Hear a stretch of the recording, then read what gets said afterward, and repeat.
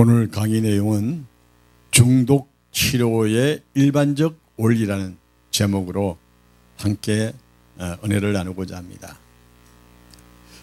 우리가 살아가면서 우리 사회가 점점 중독화되어지는 모습을 참 많이 봅니다.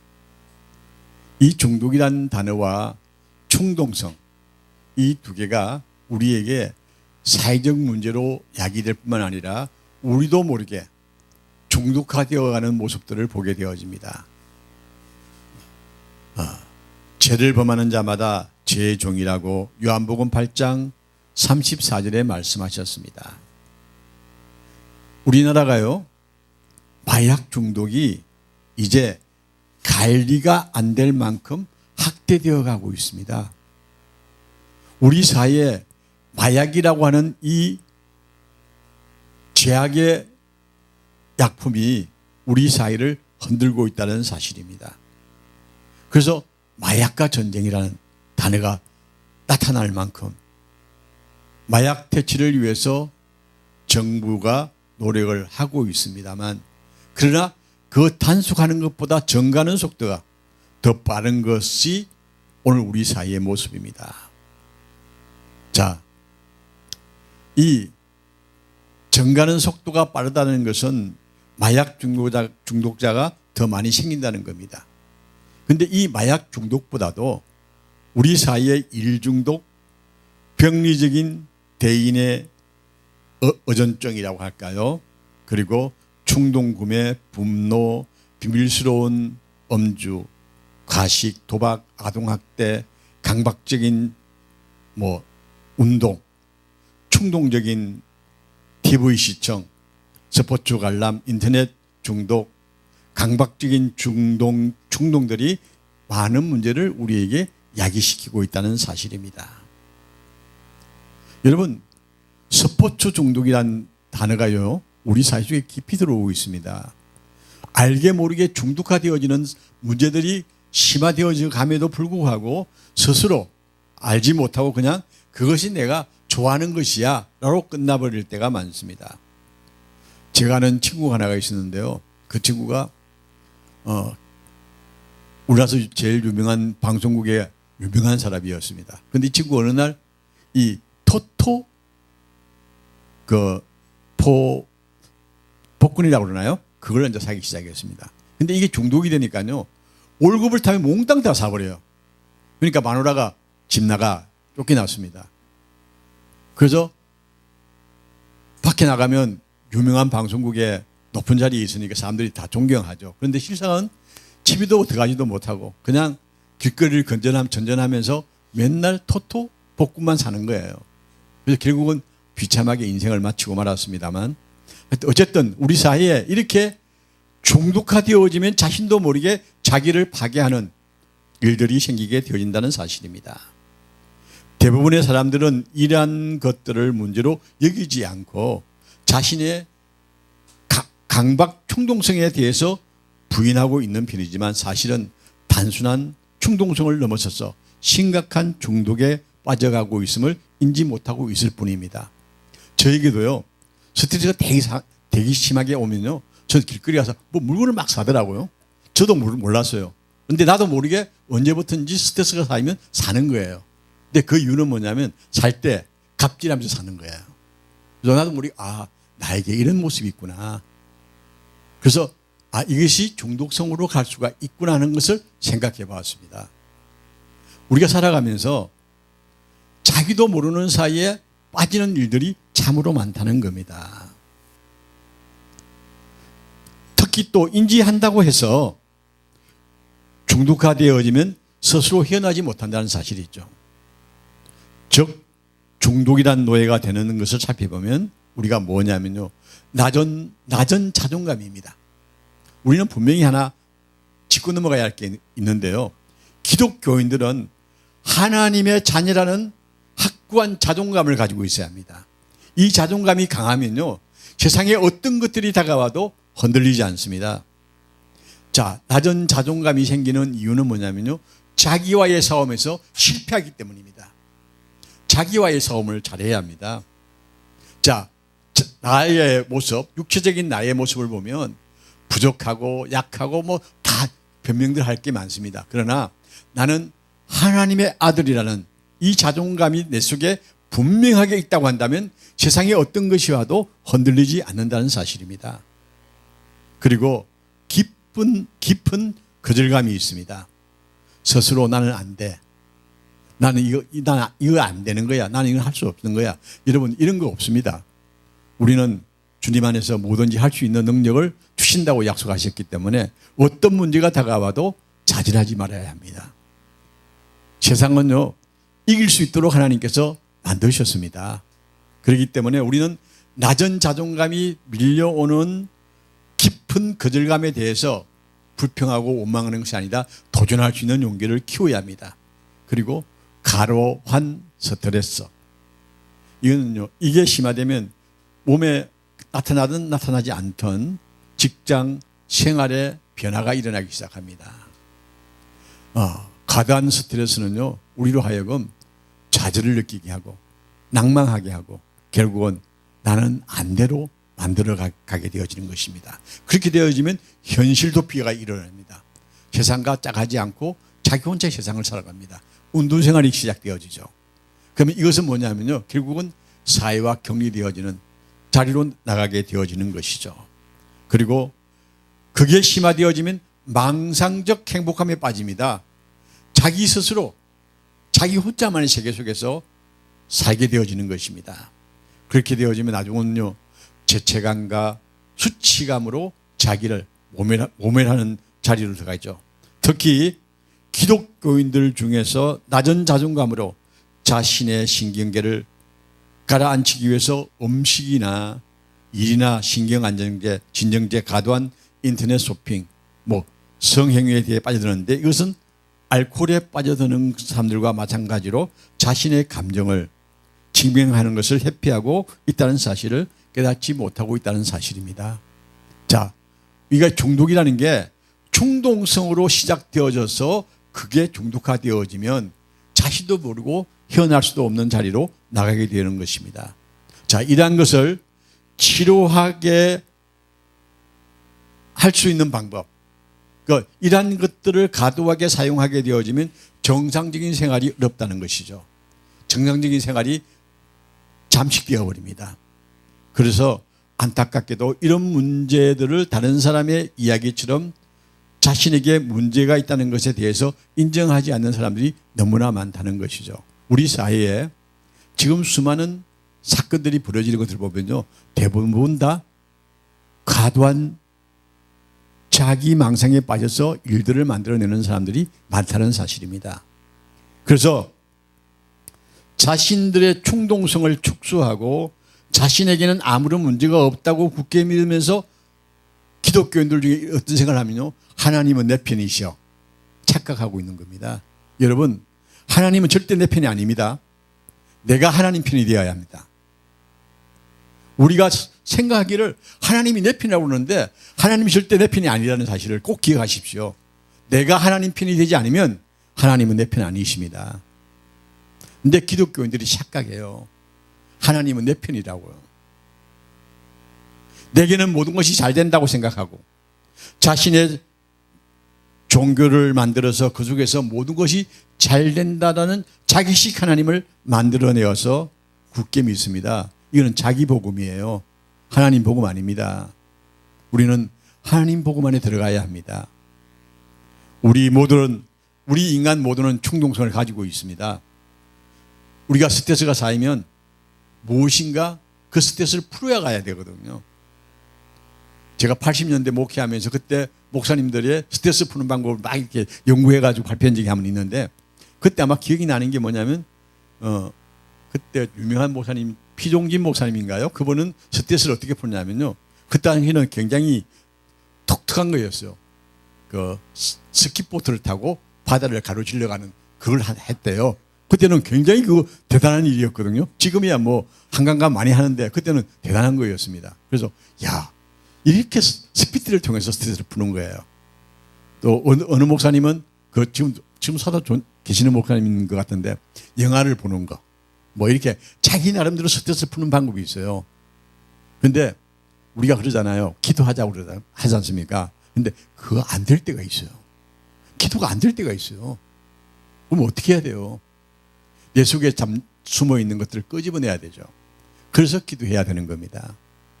어쨌든 이렇게 스트레스가 쌓이면 어떻게 풀 것인가를 우리가 고민하는데 성경을 읽고 기도하고 이거 원론적인 이야기입니다. 그 위에 할 수 있는 것들을 우리가 스스로 찾아내야 하는데 제가 서두에도 말씀했습니다만 전 스트레스가 쌓이면 뭐 물건을 사는 습관이 있더라고요. 그래서 그건 조금씩 줄이고는 있습니다만 그런 것들이 우리를 이렇게 피폐화시킬 수 있는 가정도 된다는 사실입니다. 그래서 우리가 이렇게 스트레스가 쌓이면 그 스트레스를 예쁜 모습으로 스트레스를 날릴 수 있는 거 이거 나름대로 연구해야 됩니다. 자, 더 나아가서 이것을 우리가 어떻게 살아가야 할 것인가 자, 이런 고민들을 이제 하게 되는데 어느 부자 간원이 예수님께 나왔습니다. 내가 무엇을 해야 영생을 얻겠습니까? 라고 물었습니다. 마가복음에 있는 말씀이죠. 그때 이 부자 간원은 선한 일을 많이 한 사람입니다. 그런데 예수님께서 너의 모든 것을 나눠주라고 했습니다. 그때 이 부자 간원이 고민합니다. 자기가 선한 일을 많이 하지만 자기 전부를 다 줄 수 있는 마음은 없었습니다. 다시 말하면 그에게는 물질 문화가 그를 지배하고 있었다는 사실입니다. 그래서 이 간원은 예수님의 말씀에 대답하지 못하고 자기 길에서 벗어나지 못합니다. 이렇게 우리가 살아가면서 여러 가지의 충동성들이 우리에게 다가올 때가 많이 있는데 그것을 어떻게 풀 것이냐. 이것을 우리가 벗어나지 못하면 내 스스로가 무너집니다. 강박성, 충동성, 중독 서로 밀접한 관계를 맺고 있으면서도 종종 혼용되어 사용되는 용어라는 사실을 우리가 생각한다면요. 충동성이나 또는 중독으로 가는 강박성까지도 항상 우리 속에 밀려올 때가 있기 때문에 이것을 어떻게 우리가 잘 처리하느냐에 따라서 내가 건전한 삶을 살게 되어집니다. 예를 들어서 충동적인 도박이 우리에게 온다면 이것이 어디로 가면 도박 중독으로 갈 수 있다는 이야기입니다. 한 번쯤 하면 괜찮겠지 천만에요. 그게 좋으면 깊이 빠지기 시작하는 겁니다. 뭐든지 내가 한번 해보고 좋다 생각하죠. 점차 확대되어 가면 그게 결국은 중독이라는 단어로 밀려가게 되어진다는 사실이죠. 우리 사회가 이런 면에서 복권 사는 거 여러분 기독교인들은 전 하지 말라고 하는 입장입니다만 저도 아직 한 번도 사보지는 못했습니다만 기독교인들 중에서 복권 사는 사람들 많아요. 뭐 한 번 정도 사는 거 괜찮다고 생각합니다. 그런데 여러분 이게 한 번, 두 번, 세 번 계속되어지면요 중독성을 가지고 있다는 사실을 여러분 기억하시기 바랍니다. 우리는 어떻든 이 중독에 대해서는 굉장히 관심을 가져야 할 부분입니다. 물론 교회가 이걸 감당해야 할 일은 아닙니다. 그러나 교회가 이런 문제에 관심을 가지고 그런 지도자들을 양성하는 게 교회의 사명이라는 겁니다. 교회는 사회의 불의한 것들을 제어할 수 있는 훈련을 통해서 지도자를 키워나가야 합니다. 그래서 상담학이라는 것도 결국은요 교회 속에 지도자를 뽑기 위한 평신도 선교를 할 수 있는 사람들을 양성하는 것이라고 생각하면 저는 맞다고 생각을 해봅니다. 자, 강박성은 뭘까요? 어떤 것에 대해서 반복적으로 지속적으로 행하는 것을 강박성이라고 합니다. 그래서 우리 한국인들 사이에 지금 굉장한 문제가 되고 있는 게요. 우리 사회에 문제가 되고 있는 게 뭐냐면 성문란입니다. 언제부턴지 우리 사회가 이혼을 할 수 있는 뭐 간통죄가 없어졌잖아요. 그러면서 성문란이 굉장히 많이 들어오고 있습니다. 그래서 교회도 이런 거에 대해서 관심을 가져야 할 부분이 아닌가 생각이 되어집니다. 충동성, 개인의 정상적인 반함의 기준에 반하여 어떤 것들을 행동으로 옮기고 실은 지속적으로 반복되는 행위를 우리가 충동성이라고 합니다. 중독이라는 것은 일시적인 기본 전환을 경험하지만 삶을 파괴하는 결과를 낳는 병리적인 문제가 되어진다고 그랬죠. 제가 서두에 말씀드렸습니다만 마약이 우리 사이에 깊이 들어오는 이유가 뭘까요? 성물란입니다. 이렇게 중독은 어떤 물질 또는 행위가 반복적인 것에 집착한 문제를 야기함으로 불구하고 자신의 기분을 조절하기 위해서 어떤 물질이나 행위를 습관적으로 사용하는 것을 이야기하는 것입니다.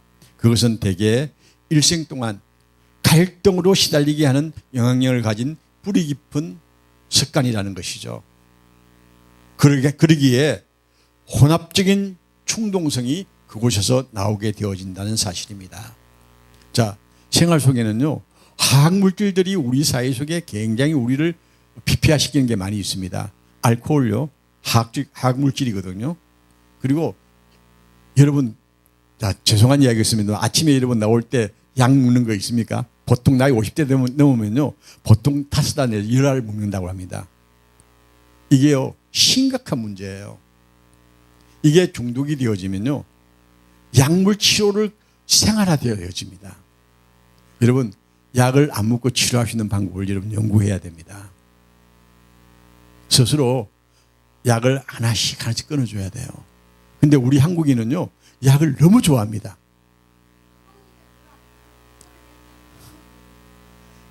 그래서 중독성이라는 게 뭐냐면요, 안 먹으면 아파서 견딜 수가 없는 거예요.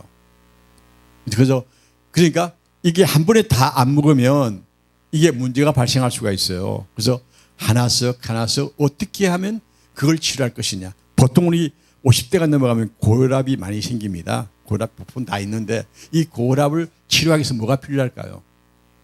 운동이 필요해요. 근데 과도한 운동은 그것도 중독성이 있거든요. 적당히 자기 몸에 맞는 운동을 해야 되고요. 음식을 조절해야 됩니다. 음식으로 치료해야 돼요. 음식으로 치료되지 않으면 그 병은 안 낫는 병입니다. 의식적으로 고혈압이 있는 분들은 아침에 은행알을 갖다가 10개 정도 먹으면 좋다고 그렇게 이야기합니다. 근데 그렇게 먹는 게 쉬운 거 아니잖아요. 매주 챙겨야 되니까. 이렇게 어쨌든 자기 몸을 위해서 이 중독성에서 벗어나기 위한 훈련을 해야 된다는 것을 말씀을 드리는 겁니다. 자, 그러면 그 다음에 음식이 있습니다. 폭식하는 또는 거식하는 이 음식 습관이 있어요. 그냥 음식을 많이 먹는 사람, 또 안 먹는 사람, 이것도 중독이에요. 그래서 자기 양을 항상 조절하면서 음식도 먹어야 되겠죠. 그리고 사람에 대한 중독이 있습니다. 이건 뭐냐면 동반어전성이라고 그래요. 여러분, 내가 이 일을 하는데 이 사람이 없으면 절대 안 되는 일이 있어요. 그건 그 사람에 대한 동반어전성입니다. 우리가 목회를 하는 분들은 그런 생각을 많이, 교회에 없으면 안 되는 장로님이 있어요. 근데 어느 날 뒤통수를 맞아요. 안 그럴 것 같아요. 그래서 저는 항상 그럽니다. 사람은 믿음의 대상 아니다. 사람은 사랑의 대상이다. 교회에서 교우님들을 사랑하는 것은 기본이에요. 근데 믿음의 대상이 되었을 때 상처를 입을 수가 있다는 사실을 우리가 늘 기억해야 할 줄 압니다. 자, 그러면 도박, 일, 운동, 서릴 추구, 컴퓨터, 인터넷, 권력, 종교, 이런 다양한 것들이 우리 속에 중독화되어질 때가 참 많이 있습니다. 인간이 겪을 수 있는 가장 건강한 형태의 경험조차도 자기 파괴 중인 행동이 있어서 남용되는 경우에는 중독성으로 갈 요소가 있다는 사실입니다. 그래서 생활 속에 들어와서 우리를 흔든다는 사실이죠. 중독에 별로 주의하거나 언급하지 않으면 지나쳐 버릴 수 있는 것도 많이 있습니다. 중독은 크게 나누면 화학물질 중독과 그 행위 중독 두 가지로 나눌 수가 있습니다. 화학물질 중독과 행위 중독. 병적인 인간관계 속에서 관계 중독이라는 게 있어요. 그 사람이 없으면 아무것도 할 수 없는 상태. 관계 중독이라고 할 수가 있죠. 그래서 이렇게 동반어전적 중독과 성중독, 낭만도요 중독이라고 봅니다. 낭만 맞춰다니는 사람도 중독이에요. 그래서 우리 이런 것도 참 절절하게 자기가 제어할 수 있는 훈련이 되어져야 하는 것입니다. 건강한 관계가 아니라 병적인 관계로 대체되어지는 것들이 중독이라는 단어로 우리가 사용할 수가 있습니다. 물론 기분 전환을 위해서 우리가 필요한 것도 있겠습니다만 어쨌든 그것이 우리의 삶의 중심이 되어서는 안 된다는 이야기입니다. 그래서 우리는 그리스도와 함께하는 삶 속에서 건전한 삶이 되기를 우리는 만들어 가야 되는데, 자, 중독의 기준은 뭐냐면요, 내가 하지 못하는 것들에 대한 갈망, 그리고 조절력 상실, 계속해서 사용해야 하는 현상이 있느냐 없느냐에 따라서 판가름하게 되어집니다. 일시적인 중독은 잠깐 지나갈 수 있습니다만, 자, 우리가 어느 사람을 사랑한다고 합시다. 보고 싶습니다. 죽을 만큼 보고 싶다고 생각합니다. 그런데 어쩔 수 없는 환경이 만들어지면요, 만나지 못합니다. 그래서 포기할 수 있게 되어지죠. 그건 중독성이 아니다는 이야기입니다. 그런데 못 견뎌서 상사병이 생기면 이건 중독성입니다. 자, 이렇게 중독성이란 자기가 넘어갈 수 있느냐 넘어가지 못하느냐에 따라서 경계선이 그어지는 것이죠. 자신에게 중독성이 있느냐 없느냐를 알아보는 데 있어서 도움이 되는 한 가지 방법을 제가 말씀드리고 싶은데, 중독에 우리가 헌혹을 받지 않기 위해서 꼭 해야 됩니다. 중독성은요, 교묘하게 속이고 자질감을 주며 강력한 영향력을 갖고 우리 육신에게 손상을 입힙니다. 중독은요, 사람에게 서서히 들어옵니다.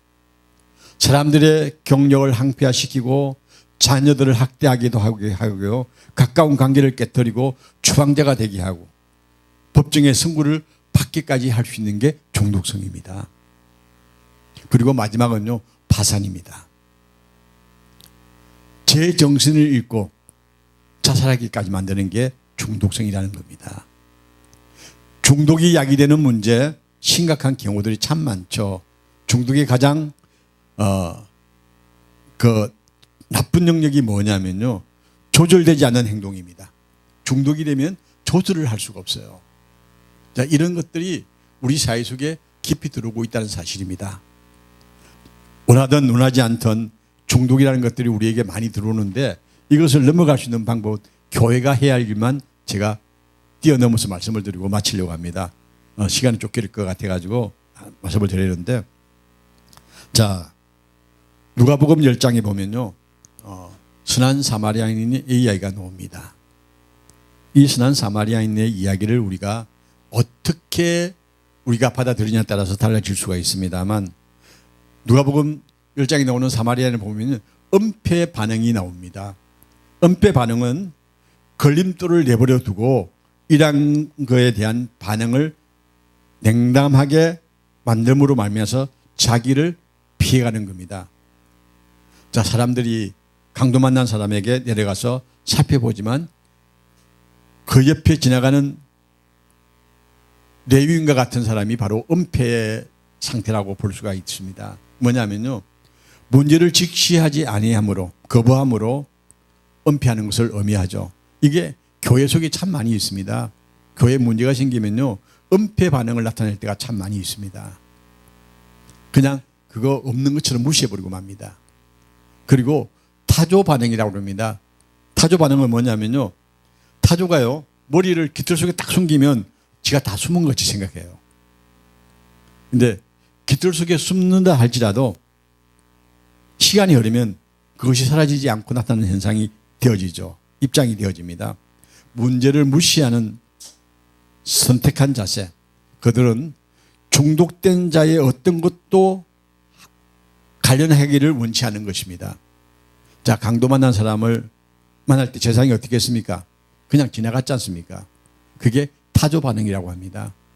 그 레위인처럼 가서 보고 많이 다쳤네? 그러고 지나가 버립니다. 그게 이제 은폐 반응이라고 하는데, 암 반응이라는 게 있습니다. 이 반응은 많은 교회들이 사용하는 방법이라고 볼 수가 있는데, 엄격하게 통제하여서 문제가 있는 사람을 암처럼 제거하고 내보내는 겁니다. 저 사람은 문제가 많은 사람이야. 교회에 있으면 안 돼. 교회 나가. 이렇게 이제 암 반응이라고 표현하는 이제 현상도 있습니다. 그런데 선한 사마리아인의 반응을 우리가 봐야 합니다. 반쯤 죽은 상태로 있는 도움이 필요한 사람에게 연면을 느끼고 기름과 포도주를 그의 상처를 사매어 주었다고 했습니다. 그는 강도 만난 사람을 자신의 나귀에 태워서 여관에 데려다주고 더 보살핌을 받을 수 있도록 부탁을 했습니다. 여기서 여관이라는 것은 뭐냐면 오늘날 교회를 상징할 수가 있습니다. 다시 말하면 오늘 교회가 이 사이에 문제를 일으키고 아파하고 고통받는 사람들을 갖다가 사매고 그리고 치료해 줄 이유가 있는 것이 교회의 사명 중에 하나라는 사실입니다. 그런데 교회들은 타조 반응이나 은폐 반응이나 암 반응을 나타내면서 밀어내는 작업만 한다는 사실이죠. 그래서 교회가 이런 중독자들을 치료할 수 있는 지도자를 양성하고 교회가 그런 일에 앞장서서 이끌어갈 수 있는 모습이 되어진다면 한국 교회의 아름다운 모습을 만들어낼 것이라고 생각합니다. 상처 있고 병든 사람을 향한 교회의 모습이 선한 사마리아인의 모습으로 나타날 때에 우리에게 소망의 하나님이 역사하실 줄로 믿습니다. 끔찍한 행위로 인해서 죄를 가진 이들조차 회개하면 용서를 허락하시는 하나님, 그 하나님의 역사를 우리가 바라보면서 우리 사회 속에 상처 있고 아파하고 고통받는 사람들을 보듬을 수 있는 그런 모습을 가지는 게 목회 상담학에 있어서 중독자에 대한 다가가는 자세의 모습이 아닐까 생각이 되어집니다. 중독이 되어지면요, 고립되어지고 고통을 겪는 사람들에게 우리는 치료자로서 임하시는 하나님의 인도의 손길을 그들에게 다가가야 한다는 사실입니다. 중간중간 이게 빼먹은 것이 많습니다만 어쨌든 우리 사회가 중독화되어지는 사람들이 많은 사회 속에 살고 있기 때문에 이것을 우리가 관심 밖의 일이 아니라 관심을 가질 수 있는 자세로서 상담하기에 있어서 중독자에게 어떻게 다가갈 것인가 같이 고민하는 그런 시간이 되었으면 좋겠습니다. 감사합니다.